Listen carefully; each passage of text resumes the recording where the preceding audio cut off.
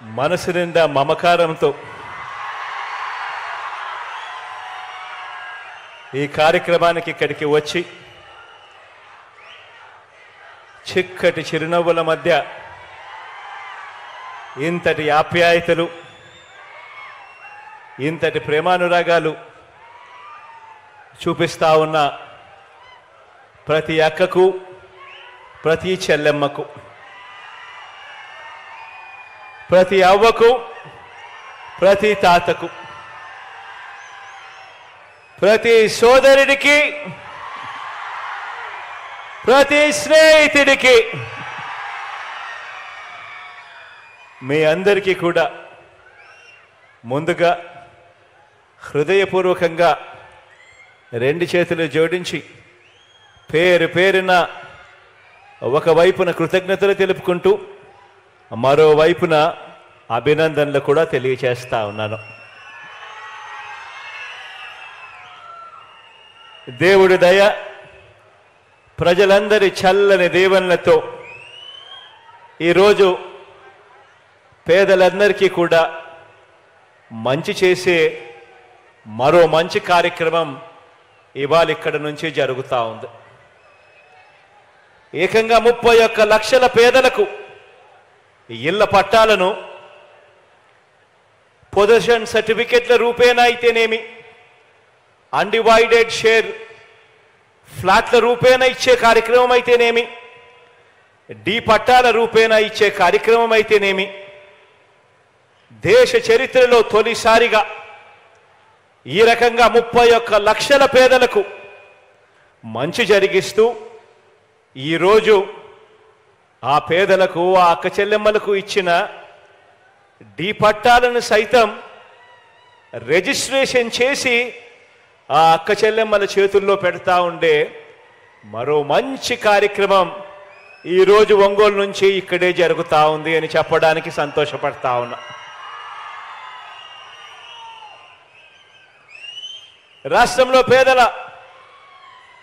రాష్ట్రంలో పేదలందరికీ ఇళ్ల స్థలాలు ఇచ్చే విషయం కానివ్వండి, వారికి శాశ్వతంగా మేలు చేసే అడుగులు వేసే విషయంలో కానివ్వండి,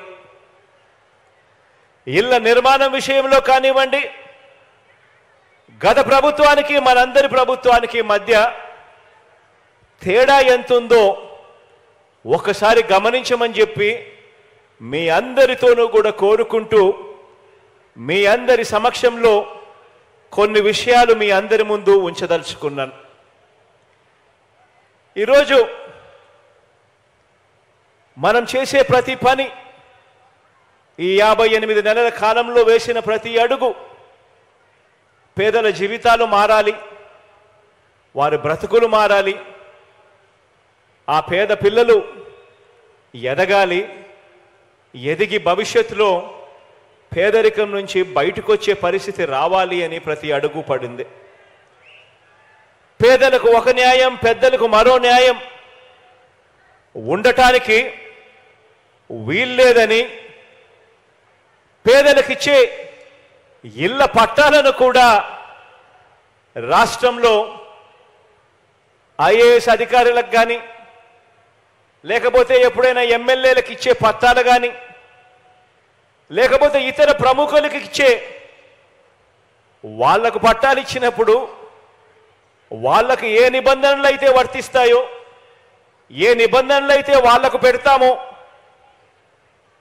అవే, అటువంటి నిబంధనలే, అటువంటి రిజిస్ట్రేషన్ ఇచ్చి కన్వేయన్స్ డీడ్ ఇచ్చే కార్యక్రమమే మన పేదలందరికీ కూడా జరగాలి అని చెప్పి మొట్టమొదటిసారిగా రాష్ట్ర చరిత్రలో ఎప్పుడూ జరగని విధంగా ఏకంగా పేదలకిచ్చే ఇళ్ల పట్టాలను డి పట్టాలుగా కాకుండా ఏకంగా రిజిస్ట్రేషన్ చేసి ఇచ్చే కార్యక్రమం జరుగుతా ఉంది ఇవాళ ఇక్కడ నుంచి.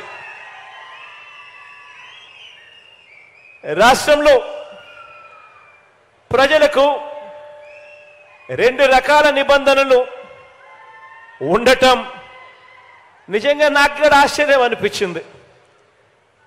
నాకు మొట్టమొదట తెలియదు.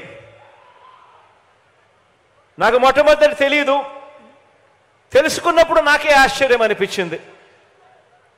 ఏ రాష్ట్రానికైనా కూడా ఈ రకంగా రెండు రకాల నిబంధనలు ఉండడం, పేదలకు ఒక రకమైన నిబంధనలు, పెద్దలకు ఇంకొక రకమైన నిబంధనలు ఉండడం ఏ రాష్ట్రానికైనా కూడా మంచిది కాదు. 77 ఏళ్ల స్వాతంత్రం తర్వాత కూడా మన రాష్ట్రంలో ఈ రకంగా రెండు రకాల విధానాలు ఉండడం మీద తిరుగుబాటు చేస్తూ మనందరి ప్రభుత్వం పరిపాలనా సంస్కరణను తీసుకువచ్చింది. ఒక్క ఇళ్ల పట్టాల విషయం ఒకటే కాదు, ఈ 58 నెలల మన ప్రయాణంలో ప్రతి అడుగు కూడా ఒక విప్లవాత్మక సంస్కరణను తీసుకొచ్చే దిశగా అడుగులు పడ్డాయి అని చెప్పడానికి మీ బిడ్డగా సంతోషపడతా ఉన్నాను అని చెప్పి సందర్భంగా తెలియజేయడానికి గర్వపడతా ఉన్నా. గ్రామానికి గ్రామ ప్రజలకు పట్టణ ప్రజలకు అందించే పౌర సేవల విషయంలో అయితేనేమి, ఇంటింటికి తలుపు తట్టి అందించే సేవల విషయంలో అయితేనేమి, అన్నింటిలోనూ కూడా విప్లవాత్మక మార్పులు తీసుకువచ్చి మనందరి ప్రభుత్వం అడుగులు ముందుకు వేసింది అని చెప్తా ఉన్నాను. ఈ విప్లవాలకు మూలం పేదలకు న్యాయం, పెద్దవారికి ఒక న్యాయం అన్న విధానాన్ని ప్రతి అడుగులోనూ కూడా మార్చేసేయాలి అని తాపత్రయంతో పడిన అడుగులు. పేద పిల్లలకు గవర్నమెంట్ బడి,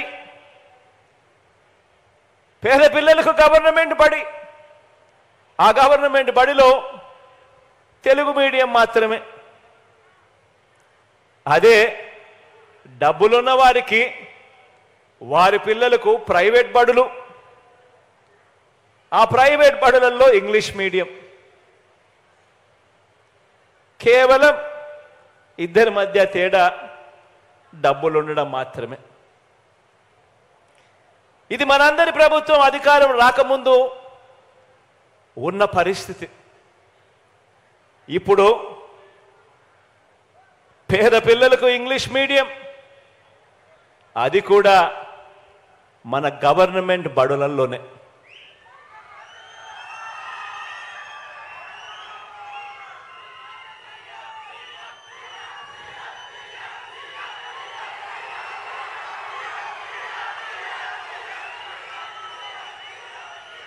కార్పొరేట్ బడులకు పోటీగా మన గవర్నమెంట్ బడులలో నాడు నేడు సమూల మార్పులు చోటు చేసుకుంటా ఉన్నాయి.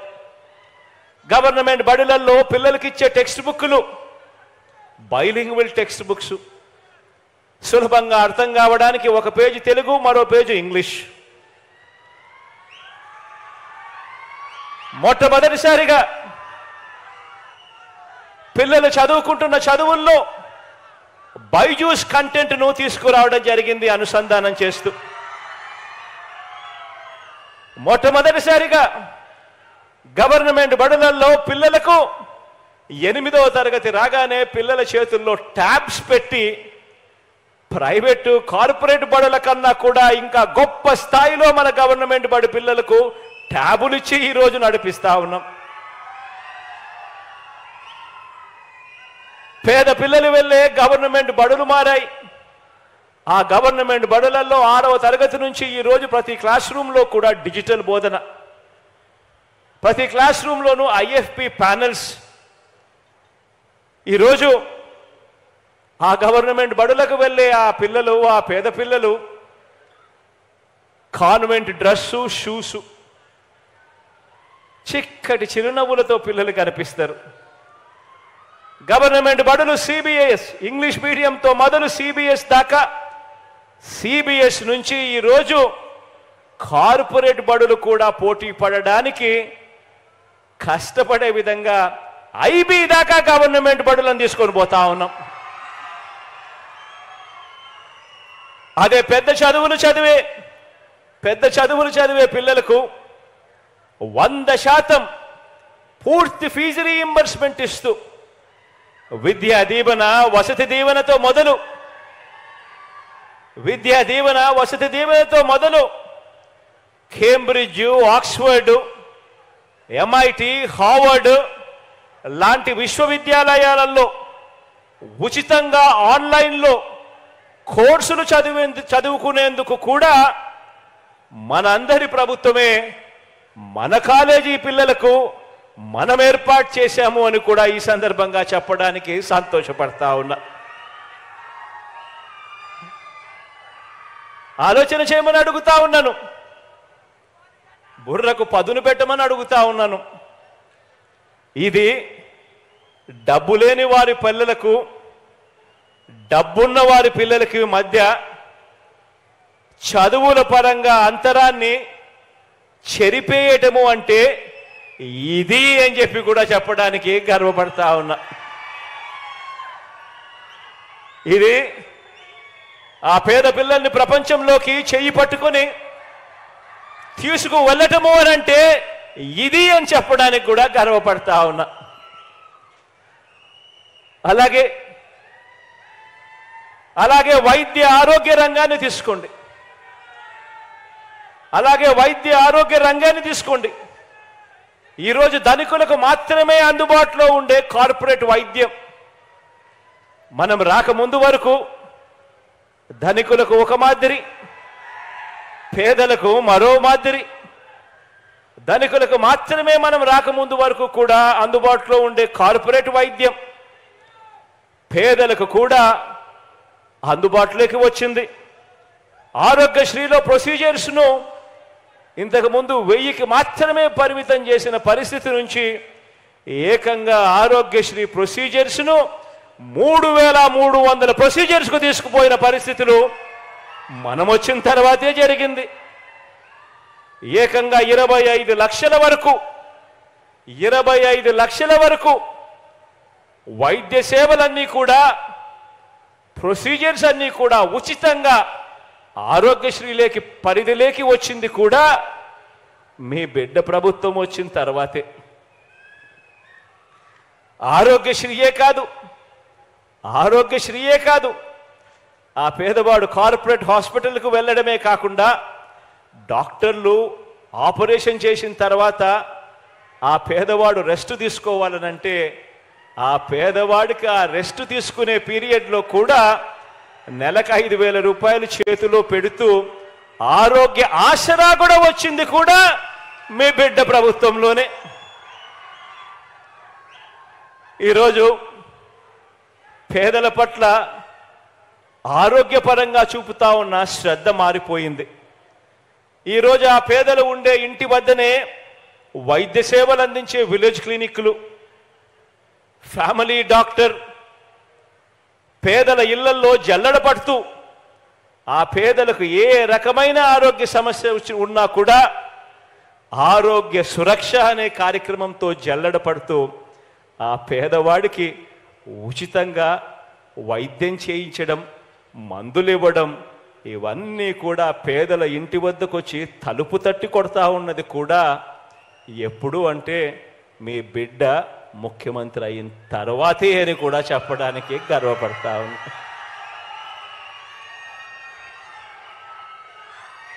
ఆలోచన చేయమని అడుగుతా ఉన్నాను. నేను చెప్పే ప్రతి మాట కూడా ఆలోచన చేయమని అడుగుతా ఉన్నా. ఇంతకు ముందుకు ఇప్పటికీ మధ్య తేడాను గమనించమని అడుగుతా ఉన్నా. పేదలకు ఒక న్యాయం, పెద్దలకు మరో న్యాయంగా జరుగుతా ఉన్నా, డబ్బులున్న వారికి ఇంకొక న్యాయంగా జరుగుతా ఉన్నా పరిస్థితి వ్యవస్థను గమనించమని అడుగుతా ఉన్నా. ఇది పేదలకు అందే వైద్యం పరంగా అంతరాలను చెరిపేయటము అనంటే ఇది పేదలకు పెద్దలకు ఒకే రకమైన వైద్యం అందించడము అనంటే, పేదలకు డబ్బులున్న వారికి ఒకే రకమైన వైద్యం అందించడము అనంటే ఇది. పేదింటి అక్క చెల్లెమ్మల సాధికారత కోసం, పేదింటి అక్క చెల్లెమ్మల సాధికారత కోసం ఆ అక్క చెల్లెమ్మలు సంతోషంగా ఉండాలి. ఆ అక్క చెల్లెమ్మలకు అప్పులు పాలయ్యే పరిస్థితి రాకూడదు. ఆ అక్క చెల్లెమ్మలు తమ పిల్లలను బాగా పెంచగలగాలి.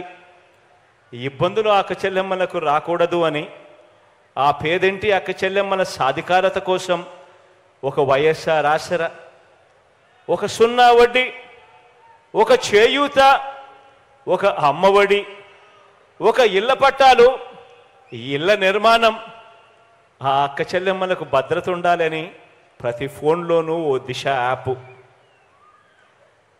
ఆ గ్రామాల్లో ఆ అక్క చెల్లెమ్మలకు భద్రత మరింతగా ఉండాలి అని ఆ సచివాలయంలోనే ఓ మహిళా పోలీస్. ఇవన్నీ కూడా నా అక్క చెల్లెమ్మలకు ఆర్థిక సాధికారత, భద్రత రెండూ కూడా ఇవాళ అందిస్తూ ఉన్నాయి. ఇవన్నీ కూడా గతంలో లేవు. ఇవన్నీ కూడా మీ బిడ్డ ముఖ్యమంత్రి అయిన తర్వాతనే వచ్చాయి అని కూడా చెప్పడానికి గర్వపడతా ఉన్నా. ఈ పథకాల ఫలితంగానే అక్క చెల్లెమ్మల ఆర్థిక సాధికారత పెరిగింది. ఆ అక్క చెల్లెమ్మల ఆర్థిక సాధికారత పెరిగి అంతరాలు తగ్గుతున్నాయి అని చెప్పి నేను చెప్పడమే కాదు, నిన్ననే వచ్చిన జాతీయ గణాంకాలు కూడా ఇదే నిరూపిస్తూ ఉన్నాయి. ఇవన్నీ కూడా మన కళ్ళ ఎదుటినే కనిపిస్తూ ఉన్నాయి. ఇది అక్క చెల్లెమ్మల మధ్య ఆర్థిక అంతరాలను చెరిపేయటము అనంటే ఇది. నా ఎస్సీ, నా ఎస్టీ, నా బీసీ, నా మైనారిటీ వర్గాలకు, నా నిరుపేదలకు గడిచిన ఈ 57-58 నెలల్లో అందించిన డీబీటీ అంటే నేరుగా మీ బిడ్డ బటన్ నొక్కడం, నా అక్క చెల్లెమ్మల కుటుంబాల ఖాతాల్లోకి నేరుగా డబ్బులు వెళ్ళిపోవడం. ఎక్కడా లంచాలు లేవు, ఎక్కడా వివక్షకు చోటు లేదు. ఏకంగా 2,55,000 కోట్ల రూపాయలు, 10 రూపాయలు కాదు, 20 రూపాయలు కాదు, ₹1,00,000 కాదు, 10 లక్షలు కాదు, ఏకంగా 2,55,000 కోట్ల రూపాయలు నేరుగా నా అక్క చెల్లెమ్మల కుటుంబాల ఖాతాల్లోకి ఇంటింటికి అందించిన ఈ డబ్బులో 75% పైచిలకు ఈ పేద సామాజిక వర్గాలకి నా నా నా నా నేను పిలుచుకునే ఈ పేద సామాజిక వర్గాలకి ఏకంగా 75% పైగా అందించగలిగాం.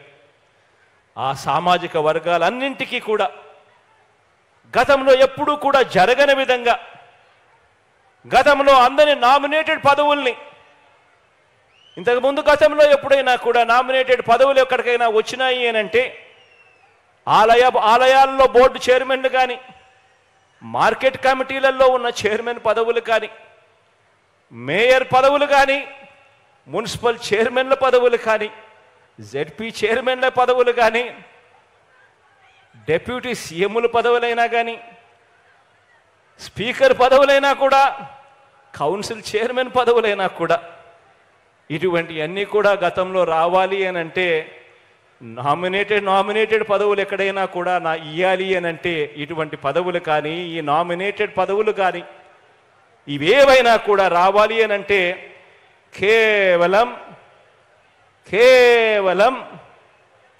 పెత్తందారుల మనుషులు మాత్రమే అనుభవించిన ఈ నామినేటెడ్ పదవుల్ని ఏకంగా చట్టం చేసి మరి 50% పేదల చేతుల్లో పెట్టింది కూడా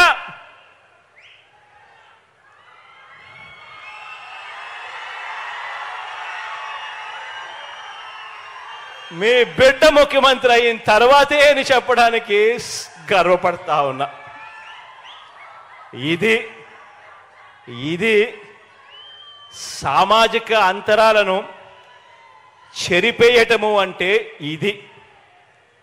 ఇది సామాజిక, ఆర్థిక, రాజకీయ సాధికారత అంటే ఇది. ఇప్పుడు ఇళ్ల పట్టాలు ఇప్పుడు ఇచ్చే ఇళ్ల పట్టాల విషయంలో కూడా నేను ఆ రోజున అధికారులందరినీ కూడా ఒకటి అడిగాను. మీకు ఎమ్మెల్యేలకు, అంటే మీకు అంటే ఐఏఎస్ అధికారులకు, మీకు ఎమ్మెల్యేలకు, ఇతర ప్రముఖులకు గవర్నమెంట్ ఇచ్చే పట్టాలు ఎలా ఇస్తోంది అని అడిగాను. దానికి వేరే పద్ధతి ఉంది అని చెప్పారు. అప్పుడు నేను ఒకటే ఆదేశాలు ఇచ్చా, ప్రముఖులకు ఇచ్చే విధానంలోనే అవే పూర్తి హక్కులతోనే మన రాష్ట్రంలో ఉన్న ప్రతి పేదకు ఇంటి పట్టాలు ఇవ్వాలి అని ఆదేశాలు ఇవ్వడమే కాకుండా దాన్ని చట్టంగా కూడా ఆమోదించి చట్టంలో కూడా మార్పులు చేసి ఈ రోజున నా పేద కుటుంబాలన్నింటికీ కూడా అవే పూర్తి హక్కులతో ఈరోజు పట్టాలన్నీ కూడా రిజిస్ట్రేషన్ చేసి కన్వేయన్స్ డీడ్ నా అక్క చెల్లెమ్మల చేతుల్లో పెడతా ఉన్నాము. ఈరోజు జరుగుతూ ఉంది. ఇది మీ బిడ్డ ముఖ్యమంత్రి అయిన తర్వాతే అని కూడా చెప్పడానికి కూడా గర్వపడతా ఉన్నా.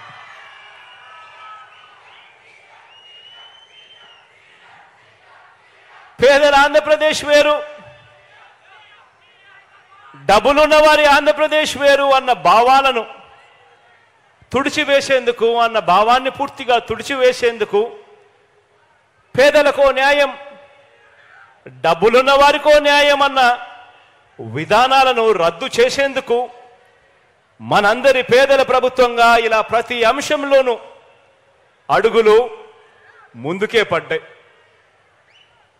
అందులో భాగంగానే ఈరోజు ఈ ఒంగోలు నుంచి ప్రారంభిస్తా ఉన్న ఈ రిజిస్ట్రేషన్ చేసి ఇస్తా ఉన్న ఈ పట్టాలు, ఈ రిజిస్ట్రేషన్ చేసి ఇస్తా ఉన్న ఈ పట్టాల వల్ల జరిగే మార్పేమిటో తెలుసా? నా అక్క చెల్లెమ్మలకు రిజిస్ట్రేషన్ చేసి ఈ పట్టాలు ఇస్తా ఉన్నాం. ఈ రిజిస్ట్రేషన్ చేసి అక్క చెల్లెమ్మలకి ఇచ్చే పట్టాల వల్ల జరిగే మార్పు ఏమిటి అని అంటే, డాక్యుమెంట్ రిజిస్ట్రేషన్ అయ్యి ఉంది కాబట్టి ఆ అక్క చెల్లెమ్మలకి ఇచ్చే పట్టాలు రిజిస్ట్రేషన్ అయ్యి ఉంది కాబట్టి ఆ ఆస్తి మీద ఆ అక్క చెల్లెమ్మలకు ఉన్న హక్కులు భద్రంగా ఉంటాయి. ఇక దొంగ సర్టిఫికెట్లు సృష్టించే వీలుండదు. ఎప్పుడు పడితే అప్పుడు క్యాన్సిల్ చేసే కార్యక్రమము చేయలేరు. మీ సమీపంలో ఉన్న 15,000 గ్రామ వార్డు సచివాలయాలకి వచ్చిన ఆ సబ్ రిజిస్ట్రార్ సేవల ద్వారా అక్కడే గ్రామ వార్డు సచివాలయాల్లోనే మీరు ఎప్పుడు కావాలంటే అప్పుడు ఆ ఆస్తికి సంబంధించిన సర్టిఫైడ్ కాగితాలు, అంటే సర్టిఫైడ్ కాపీలు ఎన్నిసార్లు అయినా పొందవచ్చు. అందులో హక్కుదారు మీరే అన్నది శాశ్వతంగా భద్రంగా రిజిస్ట్రేషన్ డిపార్ట్మెంట్లో శాశ్వతంగా ఉంటుంది. మన సచివాలయాలలో పూర్తిగా ఎప్పుడు పడితే అప్పుడు ఎవరు పడితే వాడు మీ పట్టాలను క్యాన్సిల్ చేసే కార్యక్రమాలు, లాక్కునే కార్యక్రమాలు, మీకు లేవు అని చెప్పే కార్యక్రమాలు, వీటికి అన్నిటికీ కూడా చెక్. సరిహద్దులన్నీ కూడా పూర్తిగా నిర్ణయించి సరిహద్దు రాళ్ళు పాతి మీ స్థలం ఇది అని చెప్పి హక్కుదారులైన అక్క చెల్లెమ్మలకు ఆ స్థలంలో నిలబెట్టి ఆ స్థలంలో అక్క చెల్లెమ్మలకు ఫోటో తీసి జియో ట్యాగింగ్ చేసి ఆ అక్క చెల్లెమ్మలకు ఆ పట్టాలు ఇస్తా ఉన్నాము. కాబట్టి ఇక ఎవ్వరు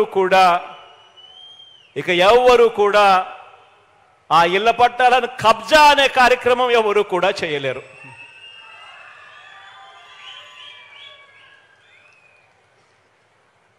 పది సంవత్సరాలు కాగానే ఇవాళ ఇచ్చే అక్క చెల్లెమ్మలకి ఇచ్చే ఈ రిజిస్ట్రేషన్ చేసి ఇస్తా ఉన్న ఈ పట్టాలు 10 సంవత్సరాలు కాగానే ఆటోమేటిక్గా అక్క చెల్లెమ్మలకు అమ్ముకునేందుకు, ఎవరికైనా వారసత్వంగా ఇచ్చేందుకు లేకపోతే గిఫ్ట్గా అక్క చెల్లెమ్మని ఎవరికైనా ఇచ్చేందుకు పట్టా భూములు ఉన్న వారికి సమంగా మిగతా హక్కులన్నీ కూడా ఈ పట్టాలు పొందిన పేదలకు కూడా అవే హక్కులే లభిస్తాయి. 10 సంవత్సరాల తర్వాత ఏ తేదీ నుంచి సర్వ హక్కులు లభిస్తాయో తేదీతో సహా స్పష్టంగా కూడా మీకు ఇచ్చే రిజిస్ట్రేషన్ డాక్యుమెంట్లో పేర్కొని ఉంది.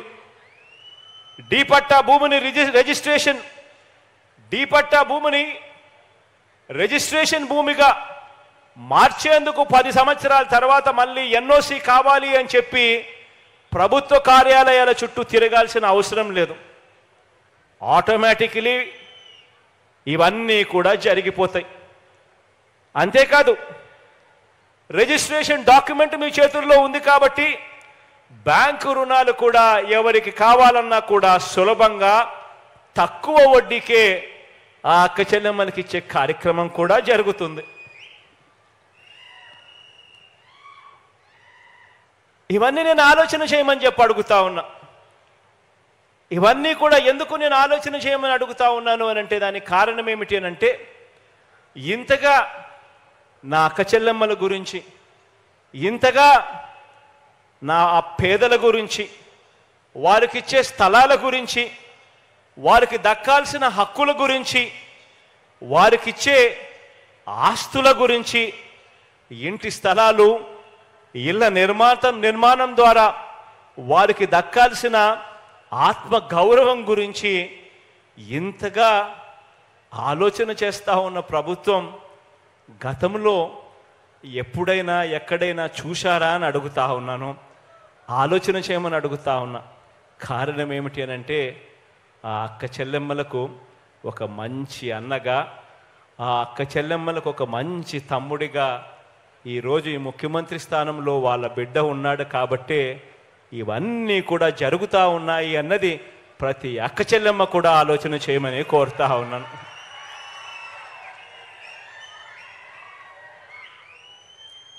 ఇంతగా గ్రామ స్వరాజ్యానికి, ఇంతగా పేదల స్వరాజ్యానికి అర్థం చెబుతున్న ప్రభుత్వం కూడా మన ప్రభుత్వం మాత్రమే అని కూడా చెప్పడానికి సంతోషపడతా ఉన్నా.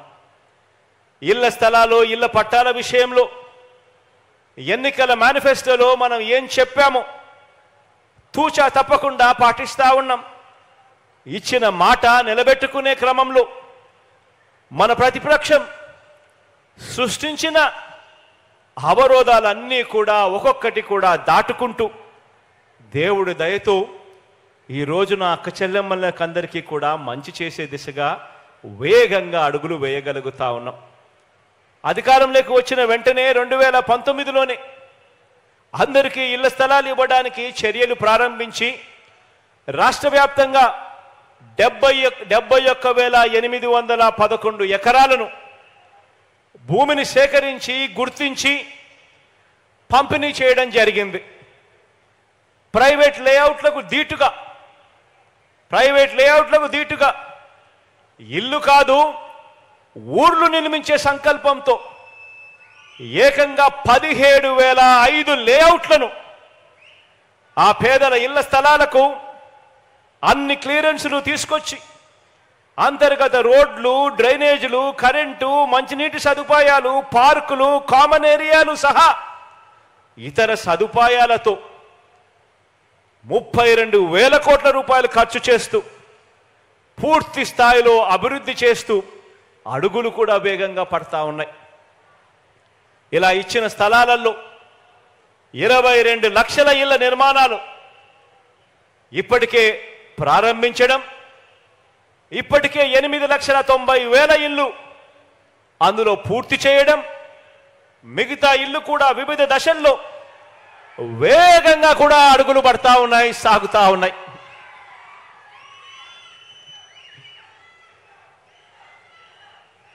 లేఅవుట్ చేసిన ఈ ఇంటి స్థలాల విలువ రాష్ట్ర వ్యాప్తంగా ఎక్కడ తీసుకున్నా కూడా లేఅవుట్ చేసిన ఈ ఇంటి స్థలాల విలువ ఆయా ప్రాంతాలను బట్టి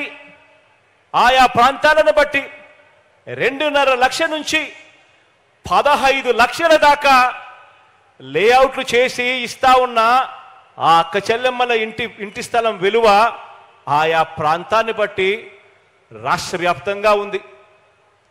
ఇక్కడే ఇదే ఒంగోలులో ఇక్కడే ఇస్తా ఉన్న ఈ లేఅవుట్లలో ఈ రెండు లేఅవుట్లలో ఇక్కడే ఇస్తా ఉన్న ఈ రెండు లేఅవుట్లలో కాసేపటి కిందట అడిగా ఈ చుట్టుపక్కల ప్రాంతాల్లో ఉన్న లేఅవుట్లు ఎంతున్నాయి రేట్లు అని. ఇక్కడ ఈ అక్క చెల్లెమ్మలకి ఇచ్చే ఈ ఇంటి స్థలం విలువ గజం 10,000 పైచిలుకే అన్నారు అధికారులు. ఈ అక్క చెల్లెమ్మలకి ఇచ్చే ఇంటి స్థలం విలువ అక్షరాల 6 లక్షల పైపాటే అని చెప్పి అంటా ఉన్నారు. ఈరోజు ఈ రెండు లేఅవుట్లలో ఇచ్చే అక్క చెల్లెమ్మలకి ఇచ్చే ఉట్టి స్థలం విలువే 6 లక్షల రూపాయలైతే ఇందులో రేపొద్దున 2,70,000 రూపాయలు ఖర్చు చేసి ఇల్లు కట్టించి ఆ తర్వాత దీంట్లో రోడ్లు, డ్రైనేజీలు, కరెంటు, నీళ్లు ఇటువంటి సదుపాయాలన్నీ కల్పించడం కోసం మరో 1,00,000 రూపాయలు ఖర్చు చేస్తూ ఈ ఇల్లు పూర్తయ్యేసరికి నా ప్రతి అక్క చెల్లెమ్మ చేతిలోను ఈ ఒంగోలులో ఈ ఇంటి విలువ అక్షరాల 10 లక్షల పైమాటే అని చెప్పి కూడా చెప్పడానికి సంతోషపడతా ఉన్నాను, గర్వపడతా ఉన్నాను. అక్క చెల్లెమ్మలను లక్షాధికారి కాదు మిలియనియర్లుగా చేస్తా ఉన్నాం. మిలియనియర్లు అంటే 10 లక్షలాధికారులుగా జరుగుతూ ఉన్నాయి. రాష్ట్ర వ్యాప్తంగా 31 లక్షల ఇళ్ల స్థలాలలో ఇళ్ల నిర్మాణాన్ని కూడా మనందరి ప్రభుత్వమే వేగంగా అడుగులు వేస్తూ ముందుకు పూర్తి చేస్తూ ఉంది. ఇంతకుముందు నేను చెప్పా, ఒంగోలు గురించి చెప్పా, రాష్ట్ర వ్యాప్తంగా కూడా తీసుకున్నా కూడా ఇంటి స్థలం విలువ ప్రాంతాన్ని బట్టి 2.5 లక్షల నుంచి 15 లక్షల దాకా పలుకుతా ఉందని చెప్పి ఈ కడతా ఉన్న ఈ ఇంటి స్థలాల విలువ అక్కడ ఎప్పుడైతే ఇల్లు కూడా పూర్తవుతాయో మరో 2,70,000 పెట్టి ఇల్లు కూడా పూర్తవుతుందో ఆ రోడ్లు, డ్రైనేజీలు, నీళ్లు ఇటువంటి సదుపాయాలతో లేఅవుట్ కూడా ఎప్పుడైతే ఇల్లు పూర్తయ్యేసరికి అది కూడా కొద్దిగా అటు ఇటుగా అవి కూడా వేగంగా అందుకుంటాయో ఏకంగా ప్రతి అక్క చెల్లెమ్మ చేతుల్లో రాష్ట్ర వ్యాప్తంగా 7 లక్షల నుంచి 20 లక్షల రూపాయల వరకు ప్రతి అక్క చెల్లెమ్మ చేతిలోనూ పెట్టినట్టు అవుతుంది. ఈ 30 లక్షల అక్క చెల్లెమ్మల చేతుల్లో ఏకంగా 2 లక్షల కోట్ల నుంచి 3 లక్షల కోట్ల వరకు కేవలం ఈ ఒక్క పథకం ద్వారా నా అక్క చెల్లెమ్మల చేతుల్లో పెట్టినట్టు అవుతుంది అని చెప్పడానికి గర్వపడతా ఉన్నాను, సంతోషపడతా ఉన్నాను. ఆలోచన చేయమని అడుగుతా ఉన్నాను. ఈ మాదిరిగా ఇంతకు ముందు ఎప్పుడూ కూడా జరగల. 5 సంవత్సరాల గత ప్రభుత్వ పాలన కూడా చూశారు. ఎప్పుడైనా కూడా ఇంతగా పేదల గురించి ఆలోచన చేసిన పరిస్థితులు ఎక్కడైనా ఉన్నాయా అన్నది ఆలోచన చేయమని అడుగుతా ఉన్నా. 2020 ఉగాది నాటికే ఈ ఇళ్ల పట్టాలను రిజిస్ట్రేషన్ చేసి నా పేద అక్క చెల్లెమ్మల చేతుల్లోకి ఇవ్వాలని అనుకున్నాం. 2020 ఉగాది నాటికే నా అక్క చెల్లెమ్మల చేతిలో ఇవన్నీ చెయ్యాలనుకుంటే మంచి కోసం యజ్ఞం జరుగుతూ ఉంటే రాక్షసులు అడ్డుకునేవారు అని చెప్పి గతంలో పురాణాలు చదివేటప్పుడు మనం అంతా కూడా విన్నాం. అలాగే మన పేదలకు 2014 నుంచి 2019 వరకు గతంలో ఉన్న చంద్రబాబు నాయుడు గారు ముఖ్యమంత్రిగా ఉన్న గతంలో ఈయన ముఖ్యమంత్రిగా ఉన్నప్పుడు సీఎంగా ఉన్నప్పుడు ఒక్క పేదవాడికి కనీసం 1 సెంటు స్థలం ఇచ్చిన పాపాన పోలేదు. ఒక పేదవాడికి కనీసం 1 ఇంటి స్థలం ఇచ్చిన పరిస్థితులే లేవు. కానీ మనం ఇళ్ల స్థలాలు ఇవ్వడానికి అడుగులు ముందుకు వేస్తే వీల్లేదని అక్కస్తూ చంద్రబాబు నాయుడు గారు ఆయన వేయించిన కేసులు ఎన్నో తెలుసా? పేదలకు మీ బిడ్డ ఇళ్ల స్థలాలు ఇవ్వడానికి, ఇల్లు కట్టడానికి అడుగులు ముందుకు వేస్తే రాక్షసుల్లా అడ్డుకునేందుకు చంద్రబాబు నాయుడు గారు ఆయన మనుషులు వేసిన కేసులు ఎన్నో తెలుసా? 1 కాదు 2 కాదు, ఏకంగా 1191 కేసులు వేశారు ఈ దుర్మార్గులు. 1191 కేసులు వేశారు ఈ దుర్మార్గులు. కేవలం మీ బిడ్డ నా అక్క చెల్లెమ్మలకు ఇంటి స్థలాలు, ఇంటి పట్టాలు నా అక్క చెల్లెమ్మలకు ఇవ్వకూడదు అని ఎంత దుర్బుద్ధితో 1191 కేసులు వేస్తే, ఇవన్నీ చూసినప్పుడు అర్థమయ్యేది ఏమిటో తెలుసా? పేదలకు కావాల్సింది స్థలం, పెత్తందారి బాబు ఇచ్చినది పేదలకు కష్టాలు, పేదలకు కన్నీరు. బాబు సృష్టించిన ఈ న్యాయపరమైన అడ్డంకులన్నీ కూడా ఒక్కొక్కటి కూడా దాటుకుంటూ ఈరోజు ఒక్క ఒంగోలులోనే ఏకంగా 21,000 పేదలకు 21,000 పేదలకు ఇళ్ల పట్టాలు ఇస్తా ఉన్నాం. చంద్రబాబు నాయుడు గారు సృష్టించిన ఈ అడ్డంకులన్నీ కూడా దాటుకుంటూ ఇదే ఒంగోలు అర్బన్లోనే, ఇక్కడే ఇదే ప్రాంతంలోనే నిరుపేదల ఇళ్ల స్థలాల కోసం ఇదే ఎర్రజర్లలో, ఇదే ఎర్రజర్ల హిల్స్లో, ఇదే ప్రాంతంలో 866 ఎకరాల భూమిని 2020లోనే గుర్తించి 24,000 ప్లాట్లతో లేఅవుట్లు చేసి అభివృద్ధి చేసి అన్నీ సిద్ధం చేయడం జరిగింది. పేదలకు ఇళ్ల పంపిణీ చేయడానికి, ఇంటి స్థలాలు పంపిణీ చేయడానికి. అయితే ఈ గొప్ప కార్యక్రమానికి చంద్రబాబు ఆయన మనుషులు వీరందరూ కూడా కోర్టులో వెళ్ళి కోర్టులో కేసేశారు, అడ్డుకున్నారు. ఇవన్నీ కూడా అధిగమించి ఈరోజు మీ బిడ్డ అడుగులు ముందుకు వేశాడు. ఇప్పుడు కూడా ఇక్కడ కూడా మీ బిడ్డ ప్రభుత్వం అక్క చెల్లెమ్మలకు ఇంటి స్థలాలు ఇవ్వడానికి అడుగులు ముందుకు వేస్తే, ఇప్పుడు కూడా దీన్ని కూడా అడ్డుకునేందుకు చంద్రబాబు నాయుడు గారు హైకోర్టులో మళ్ళా కేసేశాడు. దీన్ని కూడా ఆలోచన చేయమని అడుగుతా ఉన్నా. వీళ్ళ బుద్ధులు ఎలా ఉన్నాయి, వీళ్ళ ఆలోచనలు ఎలా ఉన్నాయో ఆలోచన చేయమని అడుగుతా ఉన్నా. ఇవాళకి కూడా కోర్టులో చుట్టూ తిరుగుతా ఉన్నాడు. వారు ఎంతకు తెగించిన, ఎంతగా దిగదారిన, ఎలాగైనా కూడా ఇక్కడ నిరుపేదలకు, నా అక్క చెల్లెమ్మలకు ఇళ్ల పట్టాలు ఇవ్వాలన్న సంకల్పంతో ఇదే ఒంగోలు మున్సిపల్ కార్పొరేషన్ పరిధిలోనే మల్లేశ్వరపురం, ఎన్నగ్రహారం, వెంగముక్కపాలెం, ఎర్రజర్ల గ్రామాలకు చెందిన 342 మంది రైతన్నలు వారి దగ్గర నుంచి 536 ఎకరాల భూమిని సేకరించి ఏకంగా 210 కోట్ల రూపాయలు డబ్బులు ఖర్చు చేసి నా అక్క చెల్లెమ్మలకు ఇళ్ల పట్టాలు ఇచ్చే కార్యక్రమానికి శ్రీకారం చుట్టాము. ఈరోజు ఈ అక్క చెల్లెమ్మలకు ఇంటి స్థలాలు, ఇళ్ల పట్టాలు ఇచ్చేందుకు 210 కోట్ల రూపాయలు ఖర్చు చేశాం. మరో 21 కోట్ల రూపాయలు ఈ లేఅవుట్ అభివృద్ధి కోసం ఖర్చు చేస్తూ ఏకంగా 230 కోట్ల రూపాయలు ఖర్చు చేసిన తర్వాతే మీ బిడ్డని మీ దగ్గరికి వచ్చి మీ చిక్కటి చిరునవ్వుల మధ్య మీ అన్నగా, మీ తమ్ముడుగా మీ అందరితో మమేకమయ్యాడు.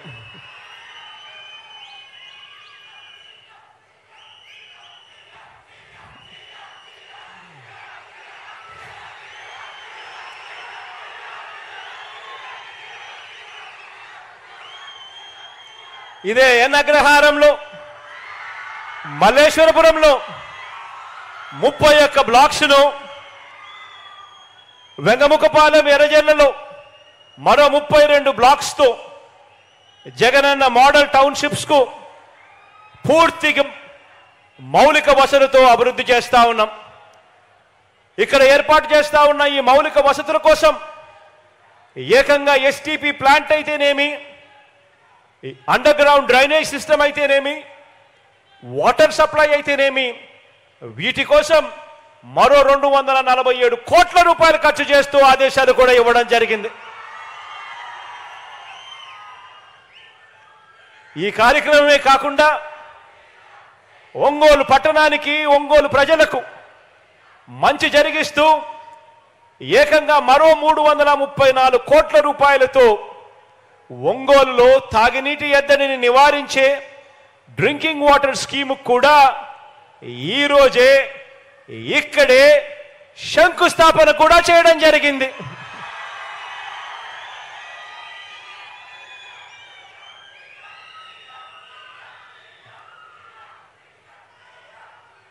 ఒకవైపున పేదవాడి గురించి, ప్రజల గురించి మనం ఇన్ని అడుగులు వేగంగా వేస్తూ ఉంటే, మరోవైపున ఒక ఒంగోలే కాదు, ఏ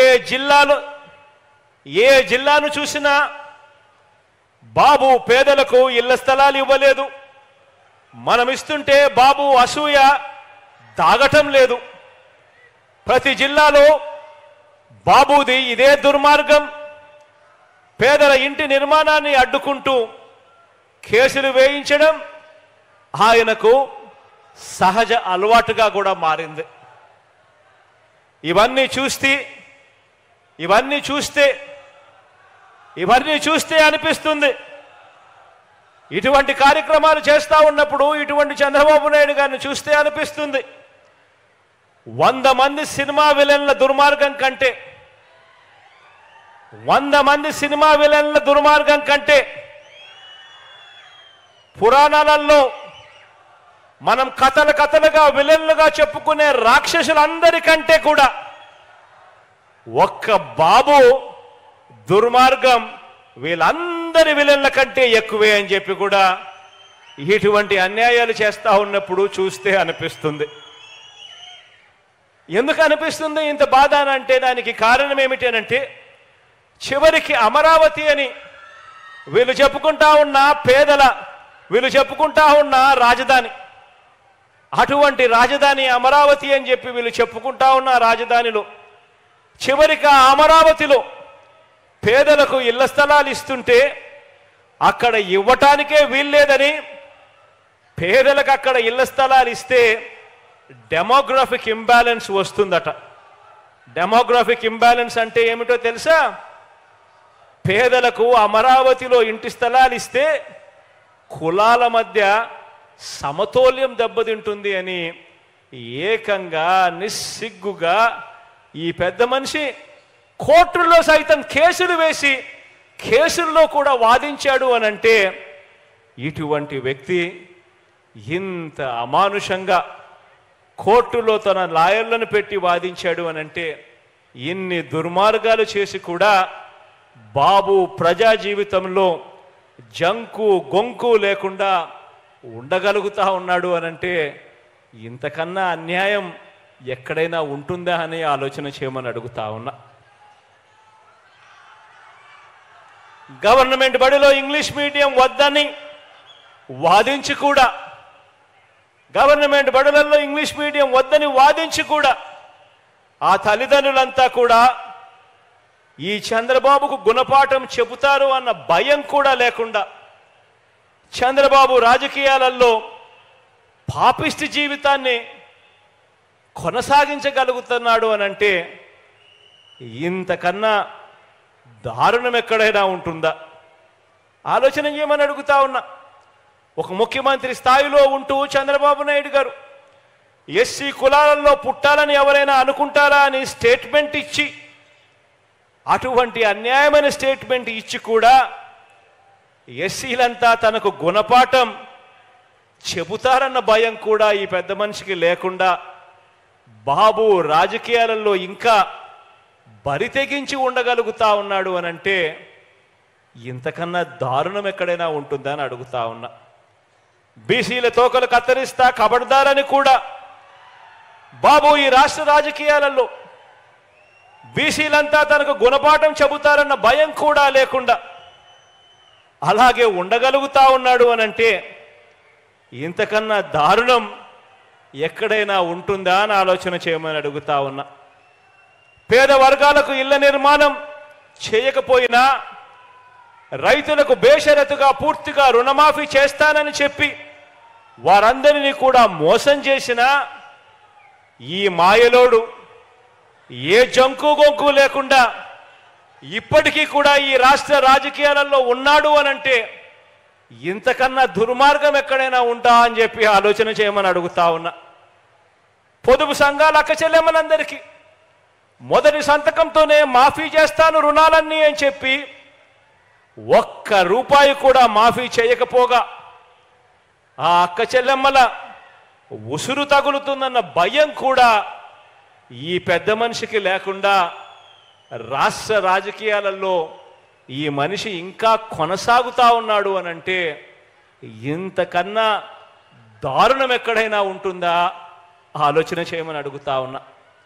650 వాగ్దానాలు ఇచ్చి మేనిఫెస్టో అని చెప్పి చూపించి ఎన్నికలప్పుడు రంగురంగుల మేనిఫెస్టోగా చూపించి ప్రతి సామాజిక వర్గానికి అది చేస్తా ఇది చేస్తాను అని చెప్పి ఏకంగా 650 వాగ్దానాలు తానిచ్చి 10% కూడా అమలు చేయకపోయినా ప్రజలు తనను ఎట్టి పరిస్థితిలోనూ కూడా నమ్మటం లేదు అని చెప్పి ఈ పెద్ద మనిషికి తెలిసిన బాబు నిస్సిగ్గుగా మళ్ళీ ఎన్నికలు వచ్చేసరికి మళ్ళీ కొత్త మేనిఫెస్టో తీసుకొని వచ్చి ప్రతి ఇంటికి కేజీ బంగారం ఇస్తానని ప్రతి ఇంటికి బెంజ్ కారు కొనిస్తాను అని మళ్ళీ ఇదే పెద్ద మనిషి నిస్సిగ్గుగా మేనిఫెస్టోతో మోసం చేస్తా ఉన్నాడు అనంటే మోసం చేయగలుగుతా ఉన్నాడు అనంటే ఇంతకన్నా దారుణం ఎక్కడైనా ఉంటుందా అని ఆలోచన చేయమని అడుగుతా ఉన్నా.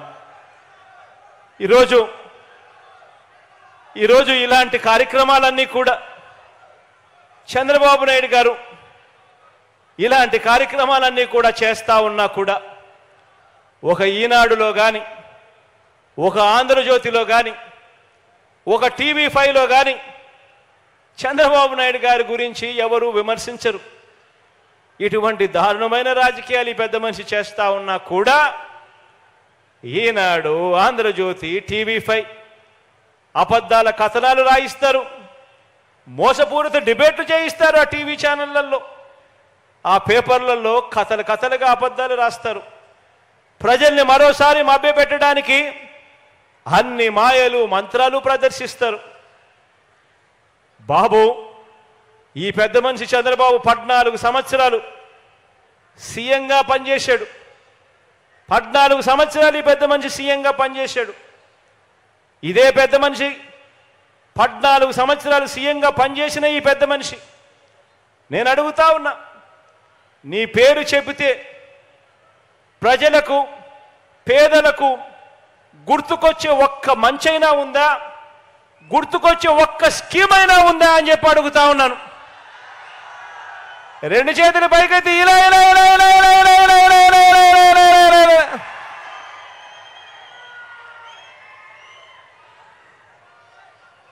మన కర్మ ఏమిటి అనంటే ఇలాంటి వ్యక్తులతో ఈరోజు రాజకీయాలు భ్రష్టు పట్టినాయి. ఇలాంటి వ్యక్తులతో మనం యుద్ధం చేస్తూ ఉన్నాం.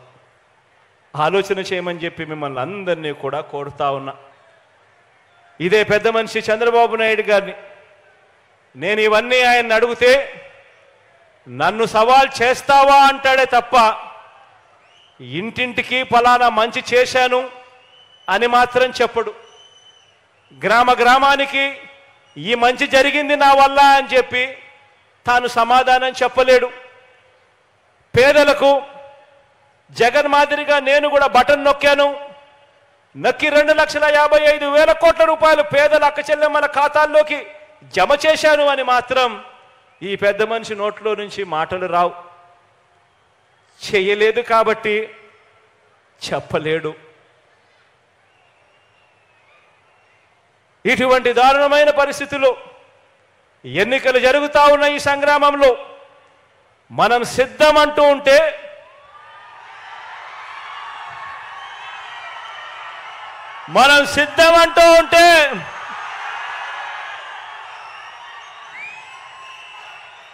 మరో వంక బాబు భార్య మా ఆయన సిద్ధంగా లేడు అంటోంది.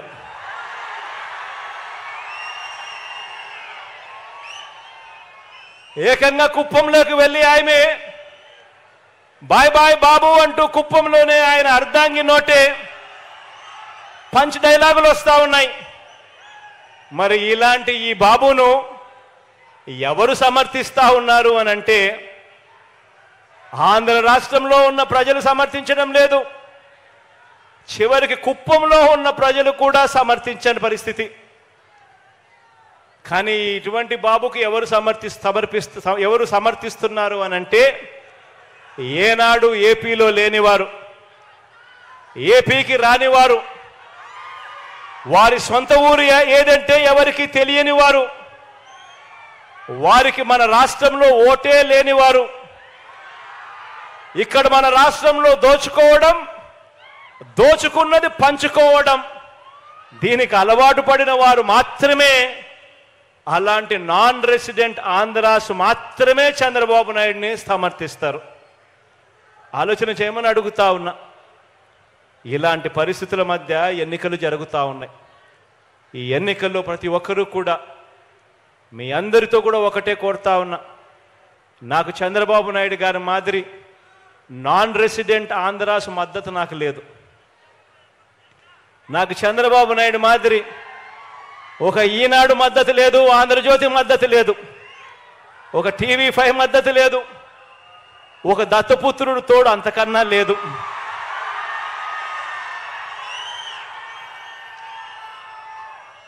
కానీ నేను మీ అందరితో కూడా కోరేది ఒకటే,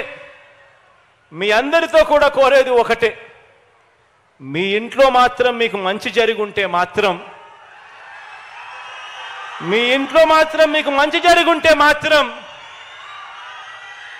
మీ బిడ్డకు మీరే తోడుగా నిలబడండి అని చెప్పి మాత్రం కోరుతా ఉన్నాను.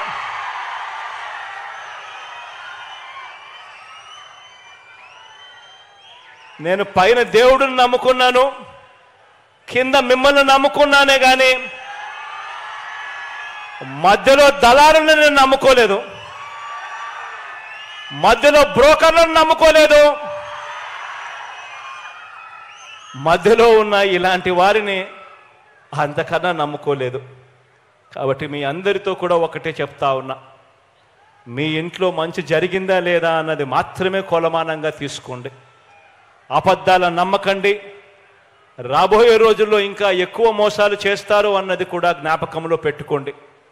మీకు మంచి చేసింది ఎవరు అన్నది మాత్రమే మీ మనసులో పెట్టుకుని, మీకు మంచి జరిగి ఉంటే మాత్రం మీ బిడ్డకు అండగా తోడుగా మీరే నిలబడండి అని చెప్పి మరొకసారి కోరుతూ, దేవుడి దయతో మీ అందరికీ కూడా ఇంకా మంచి చేసే పరిస్థితులు రావాలి అని, దేవుడి చల్లని దీవెనలు మన ప్రభుత్వం పట్ల ఇంకా ఎక్కువగా ఉండాలని మనసారా కూడా కోరుకుంటూ ఈ కార్యక్రమాన్ని ఇక ప్రారంభిస్తా ఉన్నాము.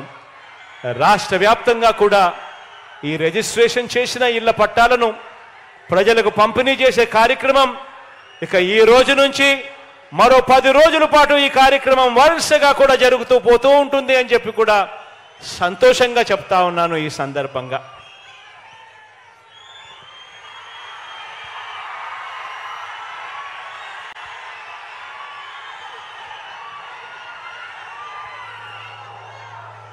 గౌరవ రాష్ట్ర ముఖ్యమంత్రి వర్యులు శ్రీ వైఎస్ జగన్మోహన్ రెడ్డి గారికి హృదయపూర్వక ధన్యవాదాలు. ఇప్పుడు